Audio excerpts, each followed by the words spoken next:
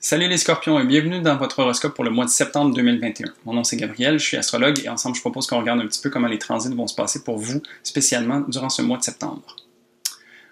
Honnêtement, ça va être un mois quand même assez important parce qu'il y a des grandes questions intérieures qui vont être posées. Il y a une grosse introspection et beaucoup de remises en question qui vont arriver, autant au niveau des valeurs émotionnelles que mentales. Donc vraiment, on va voir un peu partout.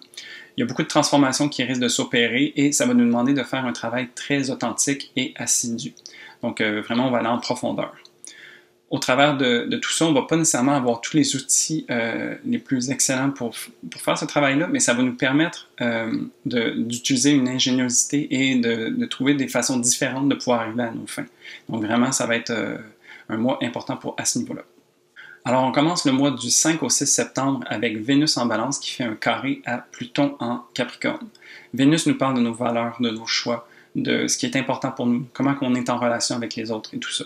Dans l'énergie de la Balance, c'est vraiment doux, c'est une recherche d'harmonie, d'équilibre, de cohésion. T'sais, on a vraiment envie de douceur ici.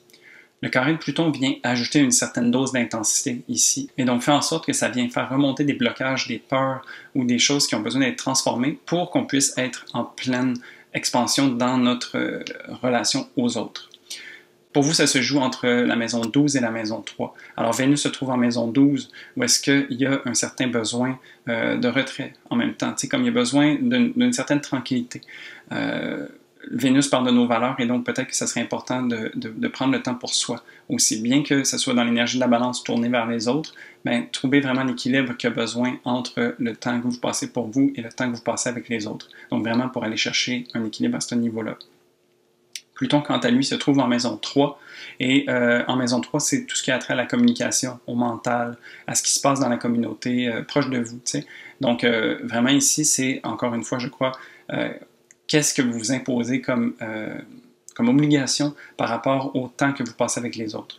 Donc, Vénus, ça parle des relations, puis ici, ben, Pluton aussi touche un petit peu à ça, veut pas à cause des échanges qui peuvent être faits à proximité. Donc, vraiment, c'est de voir qu'est-ce qui remonte à ce niveau-là qui vous empêcherait peut-être de respecter votre besoin de silence ou de retrait par rapport aux relations aux autres. Donc, il y a vraiment cette quête d'équilibre qui est en jeu ici. Pour le 6 septembre, on a une nouvelle lune en Vierge. Alors, une nouvelle lune, c'est un moment où est-ce qu'on peut planter des graines et poser des intentions pour que ça se manifeste plus tard dans le futur. Dans l'énergie de la Vierge, c'est tourner vers soi. Donc, il y a vraiment ce côté introspectif, ce côté de vouloir comprendre, de pouvoir analyser et mettre les choses en place pour qu'on puisse atteindre notre plein potentiel. Alors pour vous ici, ça se passe dans la maison 11 et donc ça fait appel à vos aspirations, à vos rêves d'une certaine façon, mais aussi aux gens qui vous entourent, aux groupes, aux associations, vos amis et tout ça. T'sais. Donc vraiment, ça serait un bon moment de voir qu'est-ce qui se passe à ce niveau-là. Ça serait intéressant de voir quel rêve vous avez envie de prendre et de porter, quel rêve vous amènerait à une potentialité plus intéressante pour vous et qu'est-ce qui vous ferait grandir. Donc vraiment, ça pourrait être intéressant de planter des graines dans ce sens-là. Ensuite, du 13 au 15 septembre, on a le Soleil en Vierge qui va être en opposition avec Neptune en Poisson.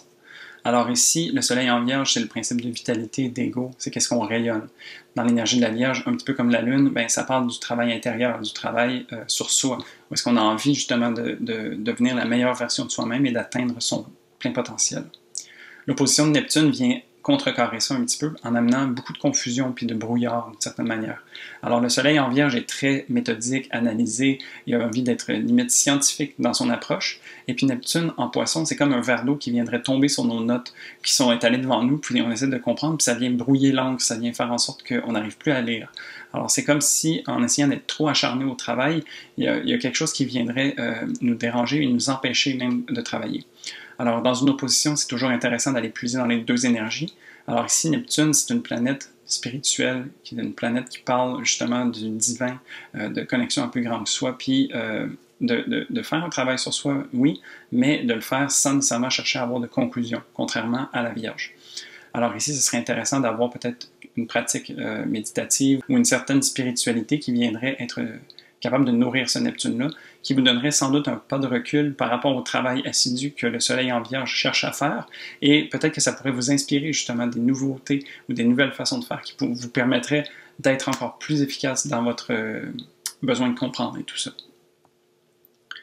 Pour vous, ça se joue entre la maison 11 et la maison 5. Alors ici, cet axe-là parle vraiment de qui vous êtes par rapport à la société. Donc, le soleil en Vierge est dans ses rêves, ses aspirations dans la maison 11, et puis Neptune est dans la maison 5, où est-ce qu'il y a peut-être une envie justement de se la couler douce, de prendre les choses pas au sérieux. La maison 5 parle de ce qui nous fait plaisir, de nos hobbies, de nos enfants et tout ça, donc peut-être que ça pourrait être de connecter avec son cœur d'enfant un petit peu, de se permettre des pauses pour aller décrocher carrément, tu sais, par rapport au travail qui est fait sur ce qui est vraiment important pour vous, puis ce vers quoi vous aspirez. Alors vraiment, c'est de se permettre un peu ce pas de recul pour pouvoir avancer plus loin. Ensuite, du 16 au 17 septembre, on a Vénus qui transitionne dans le signe du Scorpion et qui va faire un carré à Saturne en Verseau. Ici, Vénus parle, comme je le disais, de nos valeurs, de nos choix, de nos relations aux autres, comment on aime. Et donc, en Scorpion, on va faire un travail de fond. On va aller puiser dans nos valeurs profondes et voir qu'est-ce qui se cache sous la surface. Donc, c'est pas nécessairement toujours agréable, mais étant des Scorpions, vous êtes habitués aussi à ce genre d'intensité et ce genre de côté cru et vrai qui est super intéressant à travailler avec. Donc, Vénus se trouve en maison 1 pour vous et donc va faire écho à toute votre personnalité, votre expression de soi, votre manière que vous avez d'utiliser, d'interagir avec le monde d'une certaine façon. La maison 1 aussi se répercute un petit peu partout dans la carte, ce qui est intéressant parce que ça finit par être manifesté dans tous les sujets de la vie. Et donc ici, vraiment, ça va être de voir de façon très authentique et chirurgicale, si je peux dire, qu'est-ce qui peut remonter à la surface et vous permettre de vous exprimer de façon encore plus authentique qu'à l'habitude. Saturne, en Verseau, quant à lui, est une planète beaucoup plus contraignante, limitante, qui va venir peser sur vous. Et elle se trouve en maison 4, et donc, qu'est-ce qui, au niveau de la famille, au niveau de vos racines, au niveau de vos fondements, peut-être viennent freiner ce que vous avez envie d'exprimer, ou comment est-ce que vous avez envie de vous exprimer.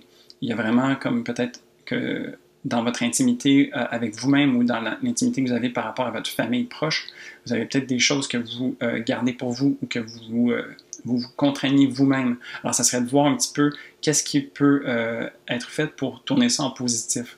Donc, au lieu de se sentir oppressé par Saturne, comment est-ce qu'on peut l'utiliser comme un podium sur lequel on peut peut-être s'exprimer davantage et oser dire ce qui est vrai pour nous. Pour le 20 septembre, on a une pleine lune en Poisson. Alors, une pleine lune, c'est une culmination d'énergie. C'est là où est-ce que, l'énergie monte et on finit par l'expirer, donc la laisser aller pour qu'on puisse laisser la place pour qu'une manifestation s'amène à nous.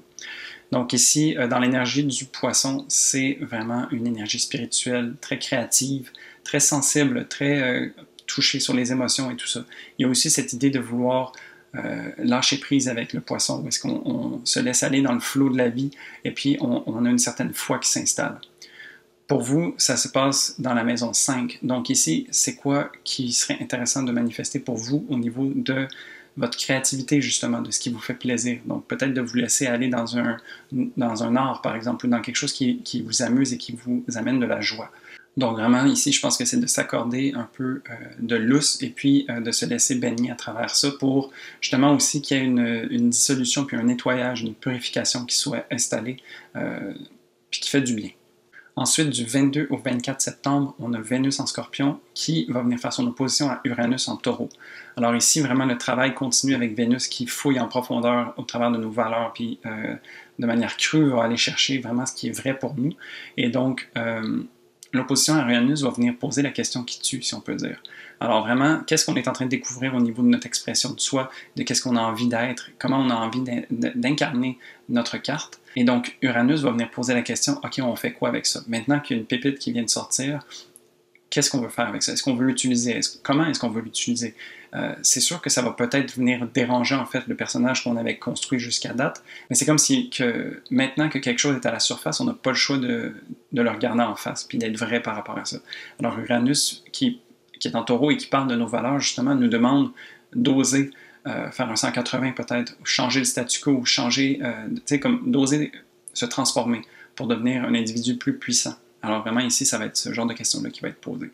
Uranus se trouve en maison 7 pour vous, et donc peut-être que ça va venir à vous au niveau des relations, donc au niveau d'une personne qui est proche de vous, soit un partenaire de vie, un partenaire d'affaires, ou un très bon ami, par exemple. Donc vraiment, ça va être de voir, peut-être à travers l'autre, comment est-ce que ça se manifeste pour vous, comment est-ce que vous avez envie de vous exprimer, aussi par rapport aux autres. Finalement, le 27 septembre, on a Mercure en balance qui va tomber en rétrograde. Alors, Mercure, c'est un principe de communication et d'échange dans le signe de la balance qui est très tourné vers les autres et qui a besoin de communiquer et de trouver un certain équilibre, une certaine harmonie dans les échanges. La rétrogradation de Mercure va faire un mouvement intérieur où est-ce qu'on a une bonne introspection qui s'opère et on remet en question des choses. Donc, vraiment, c'est un moment où est-ce qu'on prend peut-être le temps de faire un bilan de tout ce qui s'est passé pendant l'été, puis de voir où est-ce qu'on se situe, qu'est-ce qu'on aurait fait différemment, comment est-ce qu'on a envie d'agir à présent, maintenant qu'on a déjà vécu tout ça. Il y a vraiment beaucoup de recalibrage et de remise en question qui sont opérés avec un Mercure rétrograde.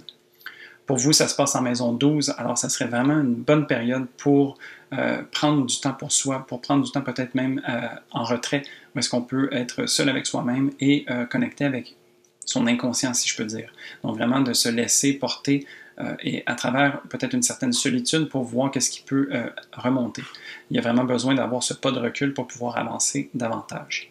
Pendant la rétrogradation, Mercure va rencontrer Pluton en aspect de carré, donc un aspect de tension, qui va une fois de plus venir faire remonter les peurs, les traumas, les blocages qui peuvent venir entraver l'expression de soi à travers Mercure.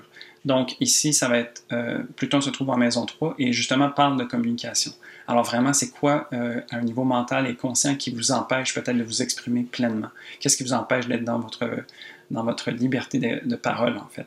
Donc ici, peut-être que vous allez vous rendre compte de choses dans vos idées, dans votre mental, votre intelligence qui vient peut-être vous dire « ouais, mais ça fait pas de sens de faire ça. Ouais, mais tu sais, comme il y a beaucoup de reconsidération, il y a beaucoup de mental qui va venir prendre place. Puis, ben, ça serait vraiment de s'offrir en fait cette période de recul pour peut-être permettre au mental de se calmer. Tu sais, quand on médite, peut-être prendre le temps de calmer le petit hamster qui tourne pour vraiment laisser les choses venir à soi. Puis, ben, comme avec tous les transits de Pluton, oser les regarder en face, puis pouvoir les transformer pour pouvoir passer à autre chose qui va nous permettre de débloquer encore plus de potentialités pour nous. Et donc voilà, ça fait le tour du mois de septembre pour vous les Scorpions. Ça va être quand même un mois important et intense, comme je disais, mais vous êtes bien équipés pour faire ça. Alors sur ce, je vous souhaite un très beau mois de septembre et je vous dis à la prochaine. Salut!